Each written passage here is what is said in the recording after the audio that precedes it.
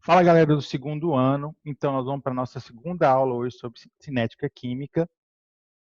Nós iremos trabalhar agora alguns aspectos mais conceituais e relevantes do aspecto energético mesmo das reações químicas, ok? Então, cinética química, continuação, aula 2, certo? Iremos trabalhar agora os conceitos relevantes. A aula passada a gente trabalhou a parte de cálculo, agora trabalharemos a parte mais de conceitos, ok? Pessoal, então vamos para o quadro lá. Primeira coisa, galera, só um tópicozinho que eu não falei na aula passada, que eu julgo relevante falar na aula de hoje. Então, nós estamos falando sobre cinética. E eu quero falar um pouquinho sobre a parte gráfica.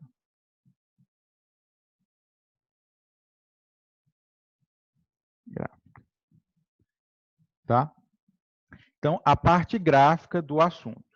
Então, primeira coisa, ó, se eu tenho uma reação do tipo assim, A,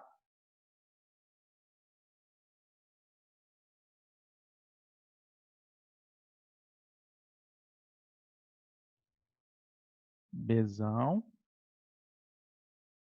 dando C. Ok? Tem uma reação desse tipo. Azinho mais B, Bzinho, dando C. Vou escrever maior, tá? Para não ficar muito pequenininho para vocês. Agora, imagine o seguinte. O que você espera se você está observando uma reação acontecer dentro de uma garrafa? A garrafa está aqui e você está dando aquela olhada do que está acontecendo.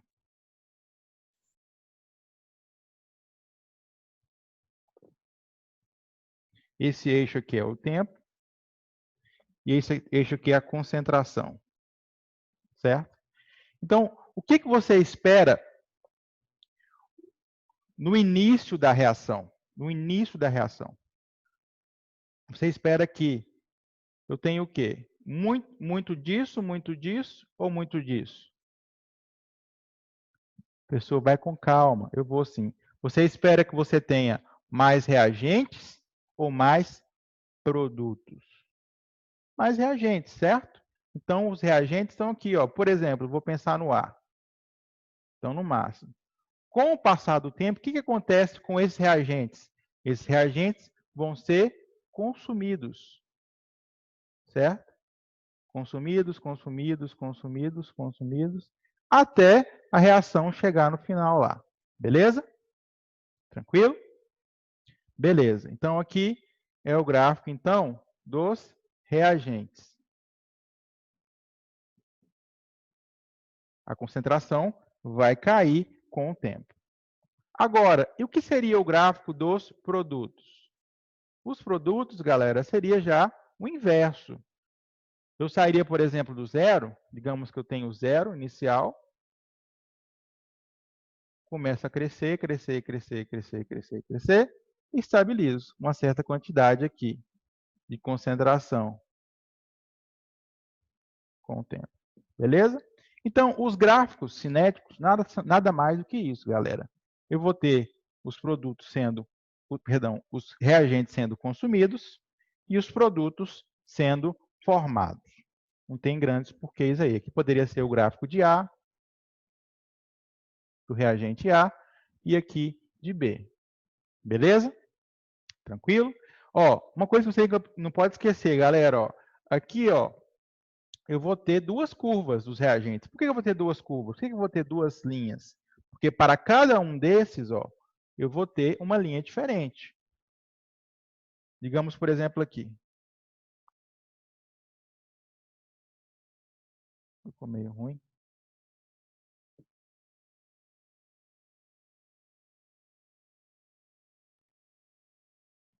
Teria aqui a curva de B e a curva de A. Uma possibilidade, né? Então, eu vou ter quantas curvas de concentração? Na mesma quantidade, quantos reagentes eu tiver aqui na reação química. Ok? Na mesma lógica, eu vou ter aqui para os gráficos de produto. Eu vou ter quantos gráficos, assim, na mesma quantidade, quantos produtos eu ter. Se eu tiver um D aqui, por exemplo, um D, colocar, apagar esse garrafa. Se eu tiver um D aqui, eu também posso ter outro gráfico aqui relativo aqui a D, ok? Tranquilo? Então, galera, basicamente é isso que faltou da aula passada, que foi um pouco extensa, porque é muita conta. E na aula de hoje, nós vamos trabalhar mais os conceitos que eu havia comentado com vocês.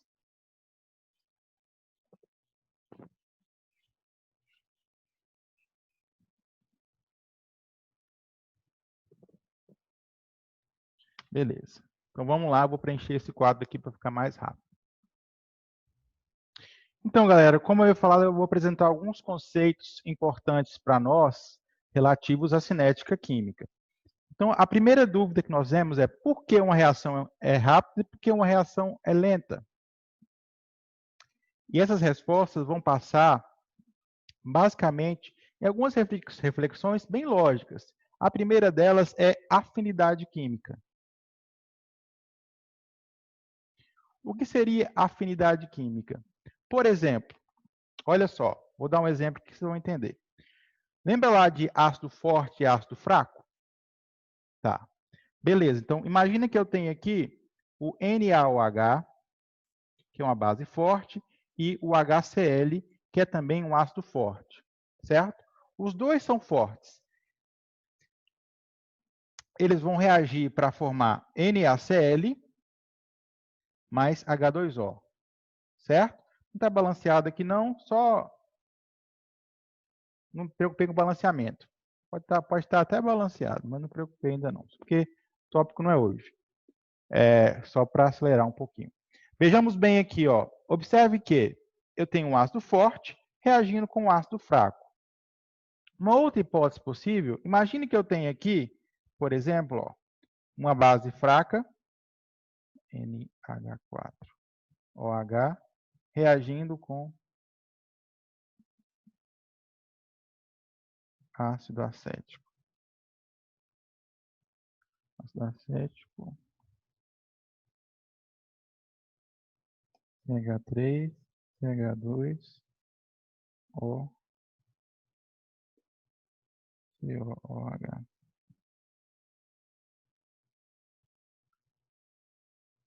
CH3, CH2, OH. Ácido acético. Vai formar acetato. Demora sempre que eu estou fazendo a conta de cabeça. CO H-,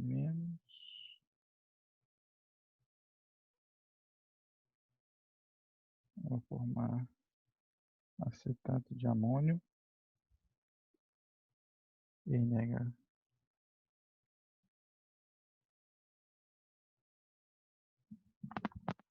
Mais H2O. Ó, então, o outro exemplo é, eu tenho aqui o hidróxido de amônio com o ácido acético. Dois ácidos fracos. A pergunta que eu faço a vocês, ó, letra A, um ácido forte com a base forte. E letra B, um ácido fraco com a base fraca. Você espera que qual reação aconteça a uma maior velocidade? O que você acha? A ou B? Ácido forte, base forte ou ácido fraco, base fraca? Se você colocou ácido forte com base forte, você está correto. Porque intuitivamente você percebeu que uma reação no qual os reagentes eles possuem uma maior afinidade, ou seja, eles reagem com maior intensidade, tem a tendência e afinidade maior, ela acontece a uma velocidade maior. Quanto maior a afinidade, maior a velocidade. Bem intuitivo isso, né? Percebemos aqui com o exemplo. O outro variável que tem que ser levado em conta é, por exemplo, o contato entre os reagentes. Eu vou dar um exemplo aqui e vocês vão perceber. Ó. Imagine que eu tenho aqui um seguinte sistema reacional. Tem aqui A, um vidro qualquer, tem uma fase em cima, uma fase embaixo. Vou colocar aqui fase A, fase 1 e fase 2. Embaixo. Vendo aí? Beleza. Agora imagine que o reagente A pertence à fase A e o reagente B pertença à fase B. Ok? Para que a reação aconteça, o que tem que acontecer? Eles têm que estar em contato um com o outro. Como assim? Ó?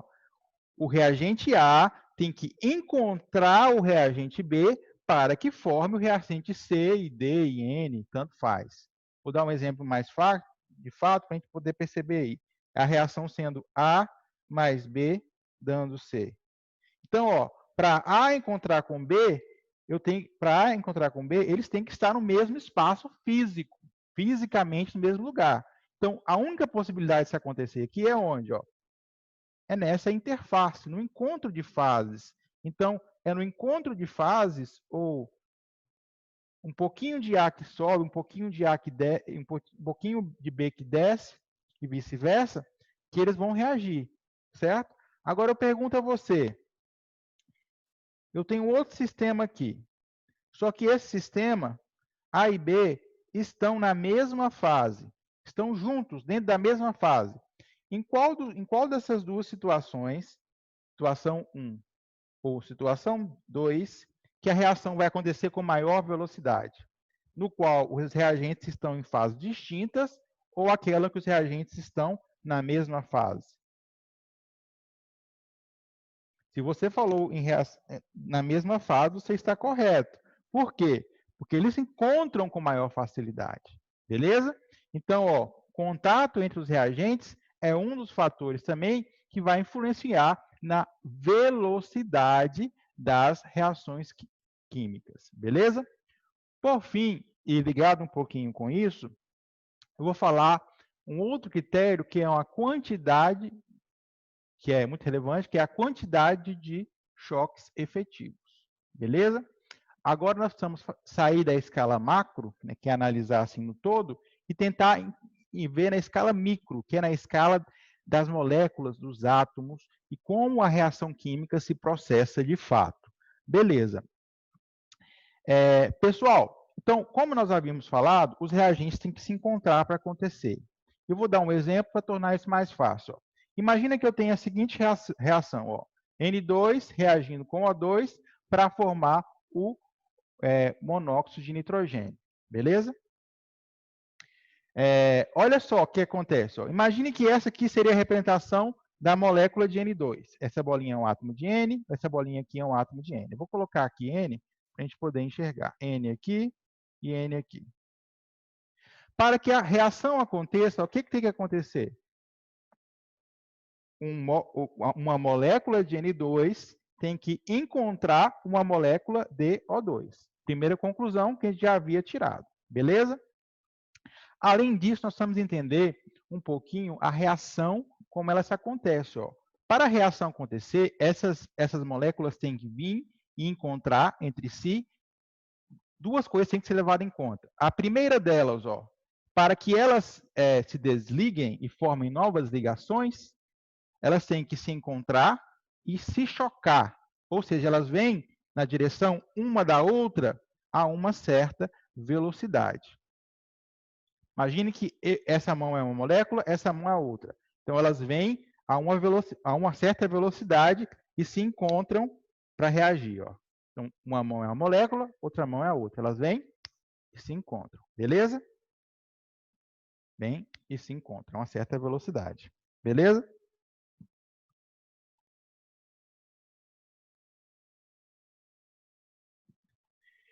Ok, galera. Então, nós percebemos o primeiro fator. As moléculas têm que se encontrar a uma certa velocidade, a uma certa energia.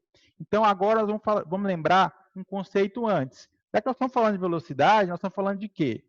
De energia. Lá na nossa aula, nós aprendemos que a velocidade dos átomos e das moléculas em um sistema depende do quê? Da temperatura. Beleza? Então, para que um choque aconteça, e ele seja efetivo, ele tem que acontecer a uma certa temperatura. A uma certa temperatura, por quê, meu jovem? Porque a temperatura é uma medida também da energia, que, por sua vez, reflete na velocidade com que as moléculas se chocam. Quanto mais temperatura eu tenho, mais veloz e mais energia eu vou ter nesse choque, nesse encontro de duas moléculas, ok? Então, o primeiro critério é a velocidade, que reflete na temperatura. O segundo critério é uma orientação certa. Como assim, ó? Para que esse choque aconteça e produza uma coisa chamada estado ativado,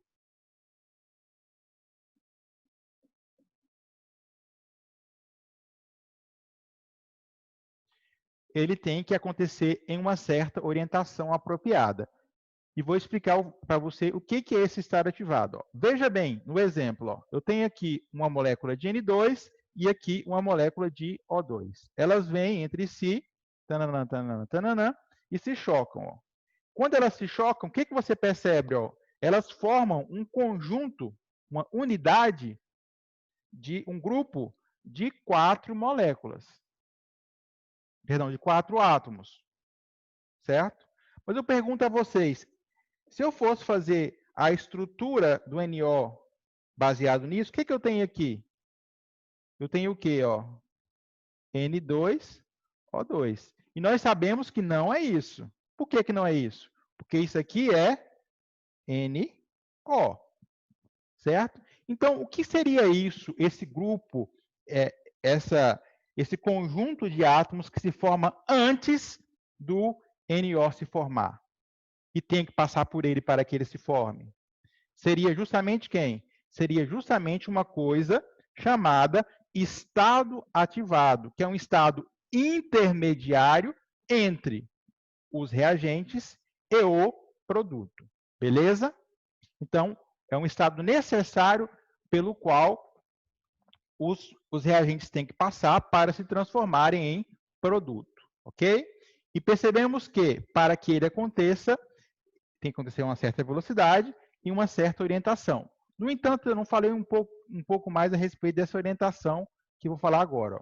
Então, nós percebemos que o estado ativado ele é uma figura quase que geométrica, né? As bolinhas estão organizadas, os átomos estão organizados. Agora, imagine que essas duas moléculas elas se aproximaram frontalmente, quase que se encaixaram, elas vieram, se encaixaram, certo? Agora, imagine uma outra situação, onde eu tenho aqui um nitrogênio aqui, que se aproxima de um oxigênio. Nessa orientação, será que ele vai ser capaz de formar isso aqui? Não vai, meu jovem. Por quê? Porque eles têm que bater frontalmente em uma orientação apropriada para que isso ocorra, certo? E forme um estado ativado. Caso contrário, isso aqui não consolidará um choque efetivo. Então, orientação é um outro detalhe que nós temos que observar para que ocorra uma reação química. Beleza? Tranquilo? Então, vamos recapitular o que a gente aprendeu. A gente aprendeu o quê? A cinética, ela vai estudar também algumas condições para ocorrência, e nós trabalhamos que a primeira delas é a afinidade. Quanto mais afinidade dois reagentes possuem, mais veloz será a reação.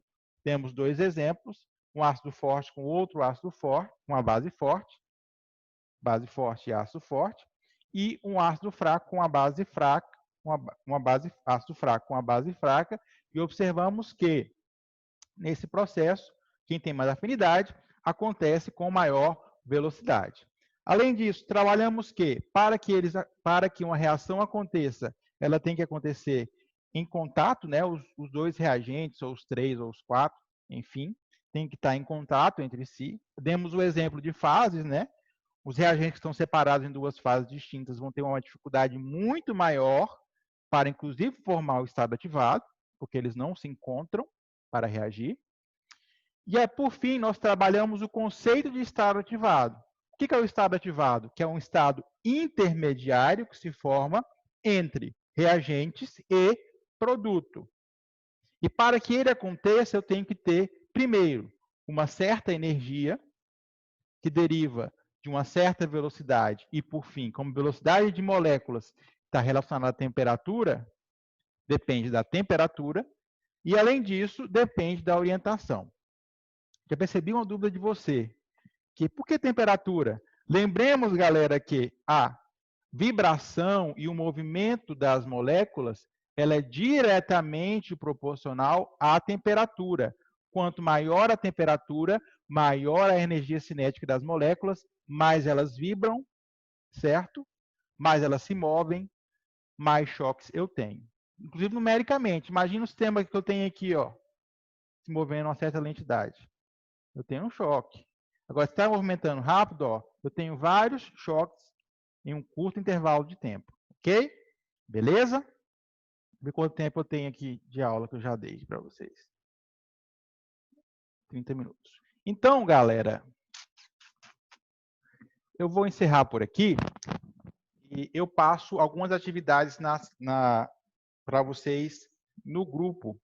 Aí vocês fazem a atividade no grupo e a aula que vem eu corrijo e encerro esse capítulo. Beleza? Fiquem com Deus. Forte abraço.